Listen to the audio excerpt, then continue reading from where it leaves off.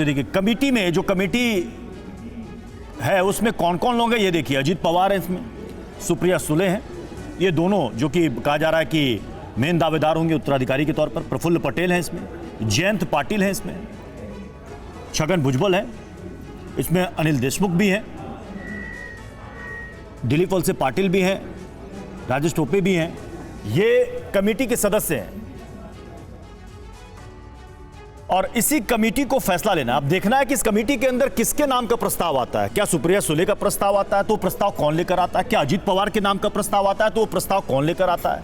लेकिन इस वक्त जो दुविधा है एनसीपी के सामने और शरद पवार के सामने कि पार्टी के नेता, तमाम नेता, जिसमें जयंत पाटिल की भी हम तस्वीर दिखा रहे हैं जो कमेटी के मेंबर हैं, वो भी भावुक है, वो भी रो पड़े। वो बार बार कह रहे हैं शरद पवार को कि आप अपने फैसले पर पुनर्विचार करें, वो इस फैसले पर दोबारा फैसला करें।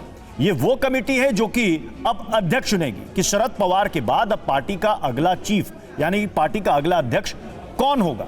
लेकिन शरद पवार अभी तक अपने फैसले पर अडिग हैं। वो कह रहे हैं कि मैं अध्यक्ष पद को छोड़ रहा हूं, लेकिन मैं सार्वजनिक जीवन से संन्यास नहीं ले रहा हूं, उसमें मैं एक्टिव रहूंगा।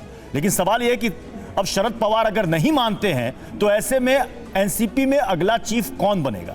क्योंकि खबरें यह भी हैं कि अजीत पवार के समर्थन में ज्यादातर विधायक है, तो कौन सा गुट इस वक्त भारी है, किसका पलड़ा इस वक्त भारी है?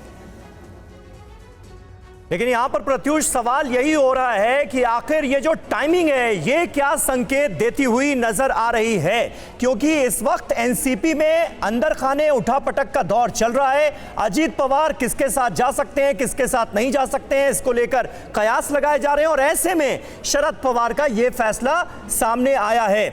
आमोद राय हमारे पॉलिटिकल एडिटर इस वक्त हमारे साथ मौजूद हैं। आमोद, भारतीय जनता पार्टी के जो वरिष्ठ नेता हैं वो इस फैसले को कैसे देख रहे हैं ऐसे वक्त में जब अजीत पवार बीजेपी के साथ जा सकते हैं, ये चर्चाएं लगातार हो रही हैं। ऐसे में शरद पवार का एनसीपी अध्यक्ष पद का छोड़ना बीजेपी कैसे ले रही? देखिए, ये बात साफ है कि अजीत पवार की बीजेपी से नज़दीकी है और बीजेपी के बड़े नेता कई बार ये कहते नजर आए हैं कि अजीत पवार तब तक कोई फैसला अपने से नहीं ले सकते जब तक शरद पवार एक्टिव हैं। और ये बात दीगर है कि अजीत पवार हमेशा से बीजेपी के करीबी माने जाते रहे हैं और हो सकता है कि नए डायमेंशन में जब शरद पवार अब अध्यक्ष नहीं रहते हैं और कमान अजीत पवार को आता है, जिसकी अभी भी संभावना कितनी है मैं नहीं जानता, शरद पवार क्या करेंगे ये कोई नहीं जानता, लेकिन अजीत पवार को अगर कमान मिलता है तो संभावना इस बात की जरूर होगी कि आगे पूरा पॉलिटिकल डायमेंशन महाराष्ट्र का चेंज होगा और बीजेपी के साथ अलायंस की सुविधाएं और बढ़ेंगी। और कयास जो लगाया जा रहा था कि बीजेपी के साथ अजीत पवार आ सकते हैं, उसमें और 4 कदम आगे बढ़ जाएंगे। और जहां तक रही बात कि शरद पवार के रहते ये सब हो संभव है कि नहीं, तो शरद पवार संभव है कि एक राजनीतिक सोच के व्यक्ति हैं जो 55 सालों से लगभग महाराष्ट्र की राजनीति में राजनीति कर रहे हैं। उनको मालूम है कि अभी आज का माहौल क्या है और पार्टी के लिए कैसे सर्वाइवल हो सकता है। लिहाजा अजीत पवार को कमान देकर बीजेपी के साथ अगर जाते हैं वो, तो इसमें भी पीछे की चाल शरद पवार की ही रही होगी। तमाम तरह के सियासी कयास अब लगाए जाएंगे। किरण तारिक हमारे संवाददाता इस वक्त हमारे साथ जुड़ रहे हैं। किरण, आपके पास क्या अपडेट है, क्योंकि तस्वीरें भी हमारे सामने जो आ रही हैं वो बता रही हैं कि एनसीपी के नेता कार्यकर्ता ये मानने को तैयार नहीं है कि किसी भी हाल में शरद पवार ये पद छोड़ें। देखिए, महाराष्ट्र में खास तौर से मुंबई में अभी माहौल ऐसा है कि सब लोग ये मान के चल रहे हैं कि शरद पवार अपना स्थान जो है राष्ट्रवादी कांग्रेस में मजबूत करना चाहते हैं। वो पार्टी के अध्यक्ष पद से इस्तीफा नहीं देना चाहते हैं।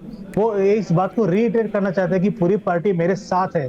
शायद उनका ये भविष्य का प्लान हो सकता है कि पार्टी की कमान उनकी बेटी जो है सुप्रिया सुले उनके हाथ में थमाने का ये प्लान हो सकता है।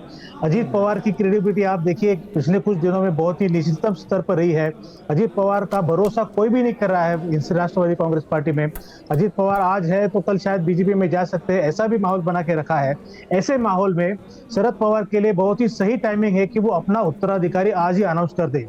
आप ये बहुत महत्वपूर्ण बात कह रहे हैं। आप कह रहे हैं कि अभी जो मौजूदा स्थितियां हैं एनसीपी की, उसमें बहुत हद तक अजीत पवार एनसीपी के नेताओं के बीच अपनी क्रेडिबिलिटी खो चुके हैं, इसलिए यह सही मौका है कि शरद पवार हटें और उनकी बेटी सुप्रिया सुले इस पद पर आ जाएं।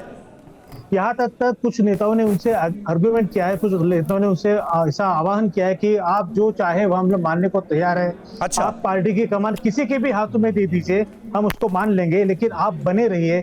इसका मतलब साफ है, मेरी नजर से ऐसा लग रहा है कि शरद पवार सुप्रिया सुले को प्रमोट करने के लिए ग्राउंड बना रहे हैं। तो उसका ये पहला कदम हम इसकी तरफ तो क्या आप ये कहना चाह रहे हैं कि अंत में पार्टी के नेता कहेंगे कि जो शरद पवार फैसला करे वो सबको मंजूर होगा, और अगर मैं ऐसे में वो सुप्रिया सुले का नाम लेते हैं तो कमेटी के सारे मेंबर्स मान जाएंगे? बिल्कुल, इस वक्त माहौल वैसा ही है, सारा माहौल ऐसा है कि पवार जो कहेंगे वो सबको मानना होगा।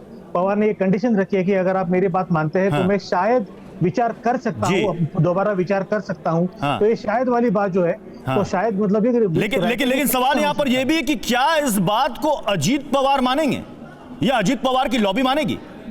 बात तो वही है, शायद झगड़े की वजह यही हो सकती है कि पार्टी का नेतृत्व किसके हाथ में हो।